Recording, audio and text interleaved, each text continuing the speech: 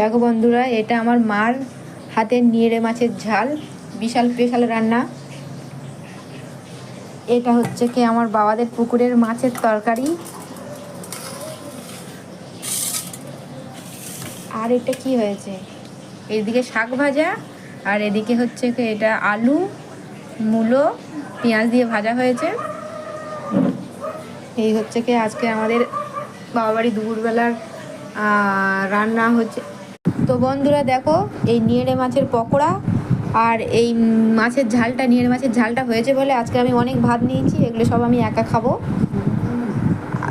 আর আমার মা এদিকে পকোড়া খাচ্ছে। বন্ধুরা, এত ভালো ভালো তরকারি হয়েছে, মনে হচ্ছে এই ভাতটুকুও কম পড়বে, হয়তো আরও হাঁড়ি থেকে ভাত নিতে হবে। আর আমার মা শুধু হেসেই যাচ্ছে, হেসেই যাচ্ছে। আজকে মনে হয় সবার ভাত আজকে কম পড়ে যাবে। ভাত বসাও মা, সত্যি সত্যি সব তরকারি খুব ভালো হয়েছে। মাছের তরকারিটা দারুণ লেগেছে। হালকা তরকারি, আমি ভাবলাম হয়তো অতটা ভালো লাগছে না, খাবো না,